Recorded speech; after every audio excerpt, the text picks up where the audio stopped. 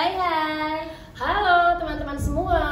Kita berjumpa lagi dalam podcast SMP Negeri 30 Semarang. Bersama saya Bu Vero dan Saya Sanya. Sanya. Ya, kita semua hari ini kedatangan tamu yang begitu luar biasa istimewa. Kira-kira siapa ya? Coba deh, Sanya tanya-tanya. Hari ini kita kedatangan Ibu Rahmi Hidayati. Dia itu ketua perempuan Berkebaya Indonesia loh. Selamat datang Ibu Rahmi Hidayati di podcast SMP Negeri 30 Semarang Ibu. Ibu sehat ya? Alhamdulillah sehat. Oh iya. Sekarang ini sedang sibuk apa Ibu? Sedang sibuk mondar-mandir. Mondar-mandir jalan-jalan asik ya Ibu ya. Ya, kemarin hari Sabtu Minggu kemarin nih, saya habis ke Dieng naik gunung perahu berkebaya. Naik gunung loh berkebaya. Kayaknya baru ini ya, perempuan naik gunung berkebaya itu kayak baru ini ya Sanya ya. Luar biasa nih. Enggak loh. Oh iya. Dulu nenek moyang kita, dulu tuh zaman dahulu kala mereka itu ke sawah pakai kebaya. Terus dari kayu di hutan, zaman dulu itu kan kalau masak tuh pakai kayu ya. Iya betul. Nah, yang harus ditiup. Iya, kan? itu. Iya. Mereka cari kayu ke hutan pakai kebaya juga.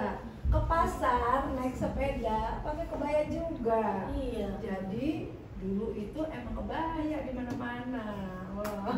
Tapi saya kagum loh sama Ibu Rahmi ini naik gunung dengan berkebaya. Padahal sekarang ini kan kita itu zamannya instan ya, asik dengan pakai celana yang lebih satset gitu ya Ibu ya.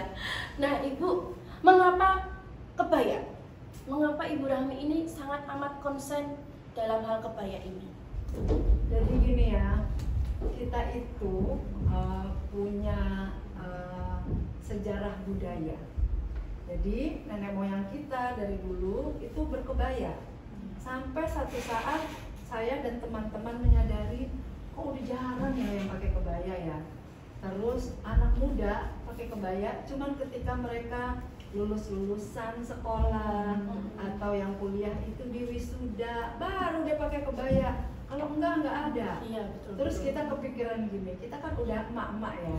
Terus kalau misalnya kita yang emak-emak ini aja juga nggak pakai kebaya, ntar kalau kita udah lewat deh itu kebaya, nggak ada lagi yang pakai kebaya. Sementara sejarah negeri kita nih, sejarah perempuannya Indonesia itu, ya mereka berkebaya dari dulu gitu. Jadi akhirnya saya dan teman-teman waktu itu, yuk kita bikin gerakan yuk untuk pelestarian kebaya. Nah dulu itu yang kita bergerak di awal itu teman-teman saya wartawan-wartawan yang tahun 98, kamu belum lahir. Kalau saya sudah Ibu. Udah ya? Saya sudah atau belum ya? Belum lah. Ibunya Sanya tuh waktu itu masih ABG. Iya. Nah, Tahun waktu itu 98 ya, teman-teman wartawan tahun 98 tuh kita suka ngumpul-ngumpul, foto-foto, terus taruh di Facebook gitu. Satu saat ada teman yang ini, kita pakai kebaya yuk cobain, biar kalau kita foto-foto agak beda penampilannya. Hari kita pakai kebaya, ih kok lebih cakep ya kita pakai kebaya daripada enggak gitu. Akhirnya kita pelajari, tertariklah kita, kita kaget ternyata udah jarang yang pakai kebaya. Ya itu tadi, pakai kebaya itu cuma acara-acara resmi, acara-acara kawinan, Kartini. Kartinian. Terus kalau yang pejabat-pejabat negara, cuman ketika mereka lagi ada acara resmi di kantornya atau pelantikan. Terus yang lain nggak pakai kebaya. Dulu saya ingat banget, saya main-main ya ke Jogja, ke pasar Beringharjo. Iya. Itu dulu simbol-simbol di situ yang jualan di pasar pada pakai kebaya. Terakhir ke sana udah jarang yang pakai kebaya. Gitu. Jarang banget deh. Dan zaman dulu itu ya kalau yang jualan jamu, Iya. itu semua pada pakai kebaya. Sambil gendong jamu itu kan? Iya, pakai betul, kebaya. betul. Sekarang coba dilihat. Ada nggak ketemu nggak tukang jamu pakai kebaya? Oh enggak, udah lama enggak lihat. Jarang, Jarang iya. sekali betul. Makanya even di Jawa ini yang sepengetahuan saya ya, asal usulnya kebaya dari Jawa ini itu pun udah jarang pakai kebaya. terus nanti bagaimana negeri kita ini. Sementara ya ternyata kebaya itu dipakai dari Sabang sampai Merauke gitu. Jadi bukan cuma di Jawa aja sekarang gitu yang mengenal kebaya, mencakup Iya, Indonesia secara keseluruhan ya. Cuman ya itu dipakainya cuman di saat-saat tertentu. Event-event tertentu. Kalau ada acara-acara resmi baru pakai kebaya. Kalau enggak. Makanya akhirnya kita bergeraklah gitu ya. Mari kita ini. Nah, karena dulu teman-teman ini banyak yang wartawan, jadi kalau kita bikin acara itu kita minta teman-teman kita meliput gitu. Jadi kan banyak berita-beritanya nih. Terus waktu itu pernah loh temen lagi wartawan nih meliput ke negara tetangga kita. Ada KTT di situ. KTT itu konferensi tingkat tinggi yang hadir kepala-kepala negara dari berbagai negara. Nah, itu di situ masa semuanya panitianya sampai MC-nya apa berkebaya. Jadi teman saya tuh nanya, kok kebayaan? Terus mereka jawabnya apa? Ini pakaiannya perempuan di negeri kita ini. Gitu, negara tetangga bilang kebaya. Akhirnya, wah kita nggak bisa setengah-setengah nih bergerak. Karena pada dasarnya itu kan kebaya sudah lama dari nenek moyang kita yang sejarahnya dari Indonesia. Akhirnya kita harus bergerak sama-sama. Nah, makin gede lah gerakan kita ini. Kita ajak ibu-ibu yang lain di luar organisasi kita nih yang perempuan berkebaya Indonesia, kita rangkul, kita ajak rame-rame. Akhirnya banyak tuh yang ikutan berkebaya, banyak juga yang akhirnya bikin organisasi kebaya, misalnya menari berkebaya, ada angklung berkebaya, ada apalah berkebaya gitu. Nah kan akhirnya banyak ya ininya. Dan yang bikin happy tau nggak apa? Belum lama ini Presiden akhirnya menetapkan Hari Berkebaya Nasional. Wah, biasa. Kalau boleh tahu kapan itu Ibu? Hari Berkebaya Nasional. Jadi nanti kita bisa menyiapkan diri ya saya ya. Itu tanggal 26 Juli. Waktu itu ditetapkannya awal Agustus. Itu mulai tahun berapa? Ditetapkannya kan kemarin nih. Baru tahun Agustus, ini. Ya. Jadi nanti kita perayaan kita yang pertama untuk Hari Berkebaya itu tahun depan. Untuk bulan Juli tahun depan. Gitu. Itu kan artinya akhirnya pemerintah juga melihat ya, memang penting nih melestarikan kebaya ini. Jadi tujuan dari organisasi perempuan berkebaya Indonesia ini salah satunya untuk melestarikan kebaya yang asalnya dari Indonesia itu ya Ibu ya. Itulah.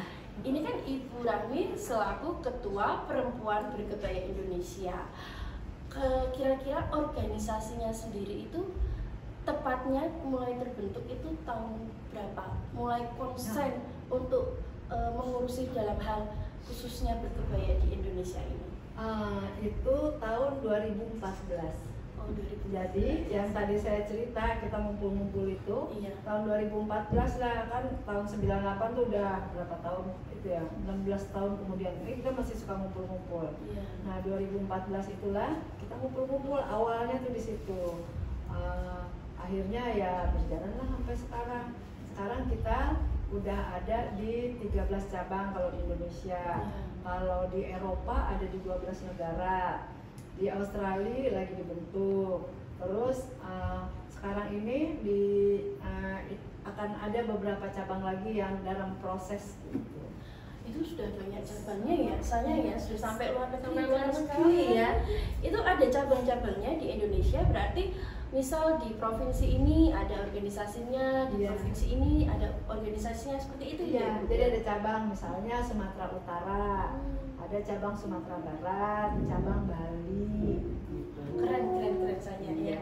Keren lah. Tertarik enggak buat ikut gabung ke paguyuban ini, ke organisasi ini, organisasi perempuan berkebaya Indonesia? Saya tertarik banget. Tertarik banget. Kalau untuk ikut bergabung ke organisasi ini, kira-kira ada syaratnya atau bagaimana cara masuknya Ibu? Kalau syaratnya yang pasti nomor satu mencintai kebaya. Itu sudah kita lakukan Ibu. Kita sudah berkebaya hari ini. Bagaimana? Apakah anak kita ini cantik dengan berkebaya seperti ini? Jadi kebaya itu adalah pakaian yang sopan. Aslinya itu kebaya itu dulu kan perempuan Indonesia itu yang di Jawa itu zaman dulu ini ya, kalau nggak pakai kemben, kalau nggak telanjang dada. Iya. Tapi emang aslinya ya begitu gitu, cuman pakai kain aja di Iya. bawah kan. Nah kalau ini ada kajian ilmiahnya nih ya, ketika Islam masuk ke Indonesia, terus diharuskan menutup aurat. Waktu itu yang disebut menutup aurat tuh bahu, dada, terus sama lengan. Makanya dulu pakai selendang diginiin di sini.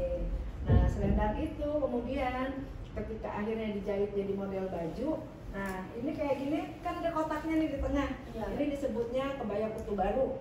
Nah ini tadinya kemben nih di tengah ceritanya, terus dijahit, nah jadilah ini. Terus ada yang modelnya ini ketemu di tengah, yang kita sebut kebaya Kartini. Karena ibu kita Kartini suka pakai kebaya model itu gitu. Itu selendangnya dipertemukan di tengah, akhirnya modelnya kayak gitu. Terus ada nih saudara-saudara kita yang keturunan Cina. Nah mereka kan suka merajut-rajut tuh. Betul, Nah akhirnya mereka bikin kebaya yang stylenya mereka, disebutnya kebaya encim. Karena biasanya kan kalau yang saudara-saudara kita yang Cina itu dipanggilnya encim gitu. Jadi sebutnya kebaya encim penalnya. Terus dulu itu orang Belanda mereka mau ikutan pakai kebaya, tapi nggak mau yang gaya kita. Jadi mereka mau bikin gayanya sendiri. Nah itu kebayanya warna putih, pinggir-pinggirannya ini nih semua dikasih renda. Nah, ini sesuai dengan ciri khas bangsawan Belanda seperti itu ya. Gitu. Ada renda-renda seperti itu. Renda. Akhirnya disebutnya kebaya noni, karena kan kalau itu dipanggilnya noni tuh betul. Belanda gitu. Iya. Tapi terus akhirnya berkembang. Ada yang model kebaya Bali. Kebaya Bali tuh ininya agak ini apa? Lehernya di atas ini terus lebar. Terus ada kebaya Sunda, ada kebaya apa namanya ya, yang di Sumatera Barat tuh juga ada kebaya khususnya Sumatera Barat gitu. Namanya kebaya Basiba. Basiba. Wah, ternyata banyak sekali ya jenis-jenis kebaya ya Sanya ya. Iya. Baru tahu ini loh, ternyata selain yang kita tahu biasanya hanya kutu baru semacam itu ya Sanya ya. Lalu mengenai jenis-jenis gaya-gaya dari kebaya ini ya Bu Rahmi ya, ada pembedanya enggak sih antara gaya berkebaya wanita, sepertinya saya salah menyebut di sini wanita ya, antara perempuan di era masa lalu, masa dulu dengan perempuan berkebaya di masa sekarang ini, kira-kira ada pembeda dalam bergaya menggunakan kebayanya? Iya. Jadi kalau dulu itu ya, misalnya kebayanya modelnya bunga-bunga. Nah itu semua bahannya tuh bunga-bunga gitu. Terus kalau dia pakai polos ya semuanya polos. Kalau pakai lurik ya semuanya lurik gitu. Itu yang dulu. Sekarang misalnya kayak saya ya, karena saya naik gunung berkebaya, akhirnya saya bikin kebaya tapi bahannya kaos. Nah zaman dulu kan nggak ada kebaya bahannya kaos gitu, jadi itu lebih kayak modifikasi. Nah dan tengahnya ini nih kutu barunya, ininya kan kaos nih, kutu barunya ada yang lurik, ada yang batik, ada tenun, jadi macam-macam. Itu modifikasi karena aslinya dulu sama semua. Terus kalau saya bikin kebaya dari bahannya lurik ini, lurik kan macam-macam ya, ininya motifnya, warnanya juga macam-macam. Nah, saya punya kebaya nih yang misalnya ininya warnanya putih, ini warnanya biru, ini hijau, ini kuning, ini apa gitu. Itu digabung-gabung tuh. Nah, tapi yang penting pakemnya kebaya itu tidak dilanggar. Jadi ada pakemnya apa itu? Jadi pakemnya kebaya itu bukaannya di tengah. Karena kan dulu itu selendang itu ditaruh sini, nah bukaannya di depan, bukan di tengah, di depan. Kemudian kiri kanannya simetris. Kan kalau ada yang bikin misalnya tangan yang sini panjang, tangan sini pendek, gaya-gayaan gitu. Itu bukan pakemnya kebaya. Nah terus kiri kanan simetris, kemudian ini ada lekukan tubuhnya. Nah itu pakemnya kebaya. Jadi kalau dibuat modifikasi tapi tidak sesuai pakem, ya boleh-boleh aja. Ya, jadi intinya boleh di match, tapi ada pakemnya di tengah, bukaannya simetris ya Ibu ya. Ibu, ini misalnya ini kan generasi muda ya. Kalau Ibu sendiri melihat generasi muda sekarang ini dalam hal berkebaya bagaimana? Apakah minatnya turun, kurang, atau bagaimana? Kalau saya sendiri dalam hal berkebaya bagaimana? Sebelum kita ke Ibu Rahmi, Bu Vero mau tanya dulu nih kesannya sebagai generasi muda dalam berkebaya itu menurut saya penting enggak? Perlu enggak? Kalau menurut saya pribadi nih ya Bu, pakai kebaya itu sebenarnya penting. Kenapa? Soalnya itu kan juga mempertahankan apa ya, kebudayaan ya, Seperti Ibu Rahmi bilang tadi, kita melestarikan ya. Lalu ya juga ini ya, saya tuh dari dulu pakai kebaya rasanya itu jadi lebih cantik, anggun, cantik, anggun, lemah gemulai cerita. Ini berarti menandakan karakter perempuan Indonesia sesungguhnya ya, Bu Rahmi ya. Seperti itu saya. Iya, itu tanggapan dari saya Ibu sebagai generasi muda. Kalau Ibu Rahmi sendiri melihat generasi muda mengenai kebaya ini bagaimana? Jadi gini, kalau pada jarang pakai anak-anak muda, kita nggak bisa misalnya, wah mereka kok nggak mau pakai, atau oh mereka nggak mencintai Indonesia, enggak. Karena orang tuanya aja belum tentu pakai, terus apalagi anaknya gitu. Iya. Jadi nggak apa-apa kalau misalnya sekarang nih belum pada mau pakai kebaya gitu. Terus ada lagi yang merasa lagi pakai kebaya ribet ya, kan pakai kain, sementara kita harus jalan sana, jalan sini, harus ngapa-ngapain. Terus suruh pakai ini, makainya aja susah, dililit-lilit lah apa gitu. Nah, jadi dimaklumi sih kalau anak muda jarang-jarang pakai, tapi kita nih ya harus sama-sama untuk ini ngajak. Ayo dong coba pakai kebaya. Terus pakai kebaya itu bukan cuma sekedar kita pakai pakaian, tapi itu menunjukkan bahwa kita mencintai negeri kita menghormati leluhur kita. Betul, itu poin pentingnya. Iya, terus kalau bukan kita, terus siapa Siapa yang mau lagi? melestarikan? Iya, betul. Apalagi anak-anak muda nih kayak gini nih. Wah, Iya, kalau betul, mereka betul. aja nggak mau, terus nanti siapa yang mau ini ya melanjutkan keberadaan kebaya ini? Banyak, iya. Nah, bahwa misalnya itu mereka merasa ribet, itu bukan anak muda aja, ibu-ibu aja nih yang udah sesaya, banyak banget yang ngerasa kebaya itu ribet. Padahal kalau udah tahu gimana cara pakai kain, gimana cara jenis kain seperti apa untuk acara ini, untuk acara yang lain lagi beda lagi. Kalau kita udah tahu, wah udah gampang deh. Misalnya nih ya, saya pakai kebaya sepedaan. Nah, kain batik yang saya pakai itu yang bentuknya sarung gitu, bukan Jadi yang langsung panjang. pakai. Iya. Iya.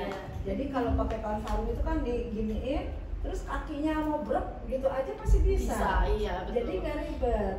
Kalau misalnya acara-acara yang nggak perlu jalan cepet-cepet gitu, ya pakai kain panjang yang dililit-lilit. Even kain panjang yang dililit-lilit pun, kalau tahu gimana cara pakainya, tetap bisa gitu. Iya. Makanya saya sepedaan juga pakai kebaya, naik gunung juga. Karena itu tadi Karena modifikasi tahu, tadi iya. ya. Bahkan kalau saya lagi dayung-dayungan di laut, saya kan suka ikut dayung-dayungan di laut juga ya. Itu saya juga pakai kebaya aja tetap dan ngerasa aman. Let's say ya, saya kecemplung gitu di laut, saya tetap bisa berenang walaupun Iya. saya pakai kebaya dan pakai kain. Jadi pada intinya meskipun kita berkebaya, tapi kita masih bisa berkegiatan yang butuh banyak gerak gitu ya, Iya, Ibu ya. benar. Oke, saya sebagai generasi muda ini ingin juga nggak sih supaya teman-temannya itu tertarik untuk memakai kebaya? Ya sih, pengen juga sih. Ini aku pengen tanya nih ya Bu, gimana sih caranya buat memperkenalkan kebaya ke perempuan generasi muda itu? Jadi gini, kalau kita nih di organisasi perempuan berkebaya Indonesia itu, kita punya program namanya kebaya goes to school sama goes to kebaya goes to kampus. Nah, di ini kan isinya kan para anak-anak muda semua ya, kayak kamu. Saya juga masih muda. Oh iya. Iya. Dan dibanding saya emang muda kamu. Iya. Jadi Goes to school. Iya, goes to school kampus, misalnya iya. ya. Kita perlu tuh memperkenalkan gimana caranya tadi pakai kain itu. Pakai kain sarung gimana, pakai kain panjang gimana. Nah, itu pertama kita perkenalkan. Selain tentunya kita memperkenalkan tadi ya model-model kebaya, pakem-pakemnya gitu. Nah, terus kalau udah misalnya nih udah kenal nih, udah tahu, oh iya ternyata nggak ribet, ternyata ini, ternyata itu gitu. Nah, di sekolah itu bagusnya nih ya, let's say lah seminggu sekali pakai kebaya, atau 2 minggu sekali, atau sebulan sekali gitu. Nah, waktu itu kita bikin usulan namanya Selasa Berkebaya. Karena kata-kata Selasa Kebaya itu kan ini rimanya sama. Nah, kita bikin Selasa Berkebaya. Nah, itu jadi di sekolah-sekolah tuh bagus banget kalau pada mau kebayaan seminggu sekali apa sebulan sekali gitu. Dan itu model kebayanya kan tadi bisa macam-macam tuh ya. Betul. Nah, tinggal disesuaikan. Misalnya ya cuman punya 2 gitu, ya udah ini minggu ini pakai ini, minggu besok pakai ini, gitu. Siapa tahu ntar pas ulang tahun bilang sama bapaknya, Bapak aku dikasih hadiah ulang tahunnya kebaya aja dong, gitu. Iya. Bisa. Jadi nambah kan kebayanya. Kayaknya seru nih ya, kayak ada program kebaya goes to school, goes to kampus nih. Wah, tertarik nih Bu Vero, pengen ini sebenarnya mendatangkan Ibu Rahmi kepada anak-anak khususnya siswa-siswi SMP Negeri 30 Semarang ini. Nanti di situ Bu Rahmi bisa memperkenalkan kepada siswa-siswi kita jenis-jenis kebaya, bagaimana cara memakainya sehingga nantinya anak-anak lebih tertarik, khususnya perempuan lebih tertarik dalam memakai kebaya ini. Bilangin nanti sama ibu kepala sekolahnya ya. Iya. Bu, kita kebayaan dong Bu, sekali sebulan atau sekali seminggu gitu ya. Siap. Perempuan berkebaya di SMP 30. Wah. Kita harus buat program itu biasanya ya. Perempuan berkebaya di SMP 30. Kalau bukan dari kita, siapa lagi yang melestarikan, ya kan? Iya. Oke, sayangnya sudah banyak ya kita dapat insight, kita dapat sharing ilmu, pengetahuan dari Ibu Rahmi terkait perempuan dalam hal berkebaya ini. Nah, harapan dari Ibu Rahmi ini kepada perempuan di Indonesia khususnya supaya lebih mencintai, supaya lebih mengenal kebaya itu, harapannya nantinya bagi perempuan-perempuan di Indonesia itu harus bagaimana dalam hal kebaya ini? Ya. Pertama ini, coba deh pakai kebaya gitu, coba dulu gitu. Soalnya kalau belum mau nyoba gimana bisa merasakan ya bahwa misalnya wah ternyata kebaya nggak ribet-ribet amat. Terus bagaimana bisa merasakan bahwa wah iya begitu saya pakai kebaya saya ngerasa cinta saya kepada tanah air saya semakin tinggi, atau wah ternyata saya kalau pakai kebaya cakep kok tetap gitu. Jadi harus mau mencoba. Nah terus yang anak-anak muda nih, kalau misalnya saya nggak mau pakai kebaya bawahnya kain karena susah makainya, ya udah pakai celana panjang dulu boleh. Kalau mau misalnya pakai rok itu juga nggak apa-apa. Yang penting pakemnya kebaya Yang tadi. penting tahu dulu soal kebayanya. Iya. Nah terus kalau udah pakai kebaya kan juga akan tahu juga biasanya tuh orang pakai kebaya pakai kain. Aku coba juga deh gitu. Paling enggak mau nyoba. Jadi nggak boleh dilarang tuh, misalnya saya mau pakai kebaya tapi saya mau pakai celana panjang aja, ya udah monggo sana gitu. Jangan nggak boleh karena kebaya itu harus kain nyenyeng. Akhirnya kan nggak mau kalau dimarahin gitu, kalau dicerewetin. Makanya ya udah pakai aja dulu, pakai celana panjang, pakai celana jeans ya udah nggak apa-apa. Tapi kapan-kapan cobain ya pakai kain ya gitu. Begitu udah nyobain pasti akan merasa wah ternyata pakai kain saya jadi lebih cantik ya gitu. Lebih anggun tadi. Lebih anggun ya gitu. Dan Iya, ternyata betul. pakai kain gak ribet-ribet amat. Yang penting cobain dulu. Oke. Jadi pesan nih untuk semua siswa dan siswi, khususnya siswi ya, di SMP Negeri 30 itu apa? Mari kita coba berkebaya. Mari kita usulkan ke ibu kepala sekolah. Mari Bu kita Nur, berkebaya. ya, Bu Nur, kami mau dong berkebaya gitu. Mungkin sebulan sekali aja dulu gitu ya. Karena bisa jadi belum tentu semuanya punya kebaya. Iya. Gitu. Jadi ya udah sebulan sekali aja dulu juga nggak apa-apa. Nah, terus ya itu cobalah gitu. Nanti kan kalau kalian kita juga nih, saya yang ibu-ibu ini juga kan suka foto-foto kan, Iya. kalau berpenampilan yang gimana gitu. Nah, foto-foto lah, terus nanti di-share foto-fotonya di IG-nya, bikin TikTok. Jadi kan teman-teman lihat, ih dia sekarang kebayaan gitu. Aku juga pengen ikut gitu misalnya. Jadi kita menyebarkan kecintaan atau keinginan untuk melestarikan budaya kita ini ke teman-teman yang lain gitu. Itu sih yang paling gampang ya. Mari berkebaya. Baik Ibu Rahmi, terima kasih untuk sharingnya yang begitu bermanfaat ini. Untuk segala ilmu pengetahuan mengenai kebaya ini, kita jadi tahu lebih banyak ya Sanya ya mengenai kebaya ini, dari latar belakangnya, kemudian jenis-jenis kebaya, lalu ternyata juga ada pakemnya, jadi kita lebih tahu ya.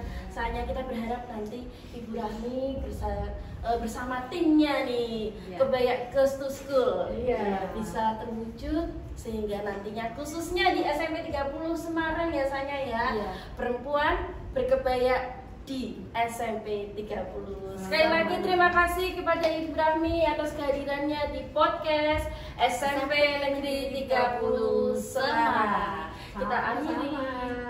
Sampai ketemu lagi, kita kebayaan lagi ya. Siap dong. Terima kasih Bu Rahmi. Kira-kira ada tagline untuk mengajak berkebaya? Kita sama-sama yel-yelkan mungkin dari Bu Rahmi. Mari cintai Indonesia dengan berkebaya. Oke, kita sama-sama ya. Mari cintai Indonesia dengan berkebaya. Kita sama-sama ya. 1, 2, 3. Mari cintai Indonesia dengan berkebaya. Nah, teman-teman, sudah selesai pertemuan kita hari ini dengan narasumber kita yang begitu luar biasa. Kita akan akhiri, kita berjumpa lagi pada podcast yang selanjutnya. Sampai jumpa. Terima kasih Bu Rahmi.